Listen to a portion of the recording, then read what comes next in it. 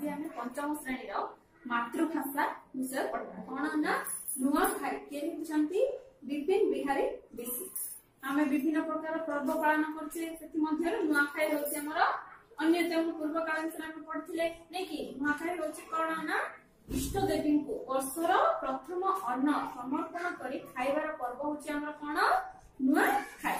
ए पर्व केबे पालन करा जाछि ना भाद्रव मास शुक्ल पक्ष पंचमी तिथि ए पर्वटा हमर पालन करा जाछि। ता पूर्व दिन कहा जे ना विद्यादाता के हमर विद्यादाता ना विघ्न विनाशकर पर्व हमें पालन करि थाछि नै कि तापरे नुआखाई रे मां बसिबंती को कोन ना कृतज्ञता ज्ञापन करी वर्षर प्रथम फसलर नुआ धान केंडा को हमें कोन करछे एक नुआ चूड़ा नुआ धान केंडा गोटे हांडी रे भोग कराई घरर इष्ट देवी वो महालक्ष्मी को पूजा करा जाय। एही पर्व रे कोन घरर झियो बहु माने कोन करंती ना घरर समस्त माने पूरा घर सफा करंती आ कोन करंती घरर विभिन्न प्रकार जिंस डाला खोला घर सब सफा करंती झोटी दियंती नै कि जेमति आमे विभिन्न प्रकार पर्व पालन करे करछे सेमति करंती। आ ए पर्व रे कोन कोन दरकार ना बाजार को जाय विभिन्न प्रकार जिंस किना किनी करी आनुछे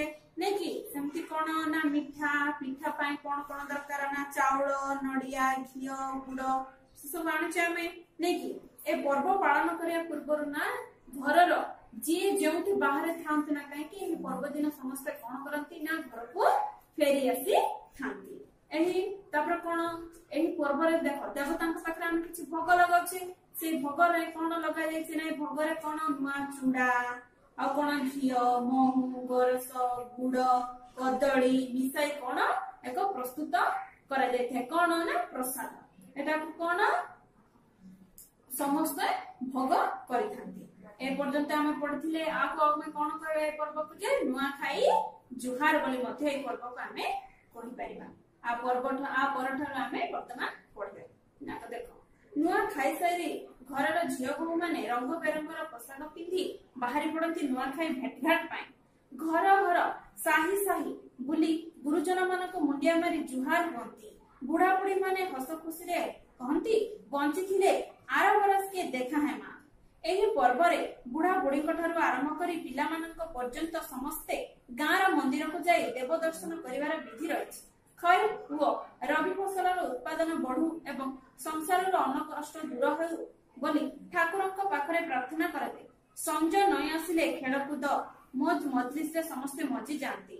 घुमुरा नाच भजन कीर्तन नाट तामसा वो खिया पियारी लोक निजको हजाई दियंती। विशेषकर आदिवासी संप्रदायर लोकंक नाच गीत और वाद्य बेस आनंददायक होइथाय। सेमाने एही पर्व को आनंद और उद्दीपना मध्य पालन करथांती। नुआखाई एक सामाजिक और कृषि भित्तिक पर्व। एही पर्व पालन फल नुआ फसल अमल पाई कृषक मन रे आनंद और उत्साह बढ़ि जाय। ए पर्व उपलक्षे जे जेउठी थांतु ना काहेकि आगरु आसी घरे पहुंची थांती। एही पर्वर विशेषत्व हला एहा जनसाधारण को सामाजिक बंधनर गुरुत्व सिखाई थाय।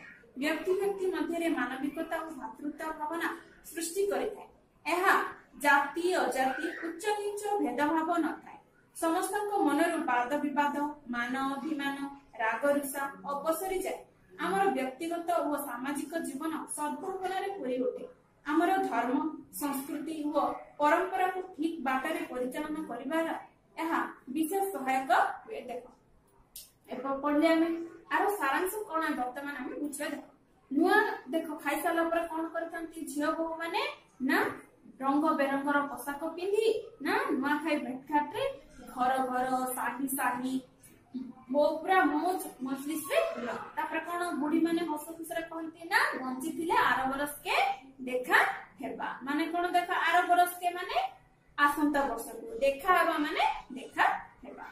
एही पर्व रे कोन बुढ़ा बुढ़ी ठार आरंभ करी पिला माने समस्त मंदिर को जाई कि देवता को दर्शन करंती। आ कोन करंती कहंती ठाकुरंक पाखरे खरीफ हो रबी फसल भल हेउ आ अन्न कष्ट समस्तंकर दूर हे जाओ बोली भगवान को पाखरे समस्ते प्रार्थना करती। आ विभिन्न प्रकार नाच गीत मध्य होइथाय ना घुमरा नाच भजन कीर्तन विभिन्न प्रकार नाट मध्य होइथाय।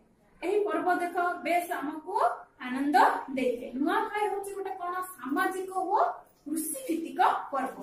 एही पर्व रे देख नुआ फसल अमल पाई कृषक मन रे बहुत आनंद और उत्साह भरी रही थाए। एही पर्व रे कोन जे जोटी घर ठार दूर रे कि बाहर थिले समस्त एही पर्व दिन समस्त घर को फेरी आसी थांती। एही पर्व रे विशेषत्व कोन एहा जनसाधारण को कोन सामाजिक बंधन रो गुरुत्व सिखाई थाए।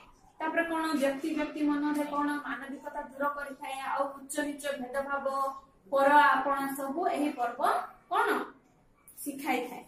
तापर आरो कोन देखो अलगा जाति कि अजाति मध्य एही पर्व रे समिति किछि न थाए ना कोन हमर व्यक्तिगत व सामाजिक जीवन रो संपूर्ण परिवर्तन आउरी कोन हमर धर्म संस्कृति व परंपरा को ठीक बाटरे आमे केमति परिचालना करि परिबा एहार एही एह पर्व रे सेटा विशेष सहायक होई थाए। भाई भौणी नमस्ते।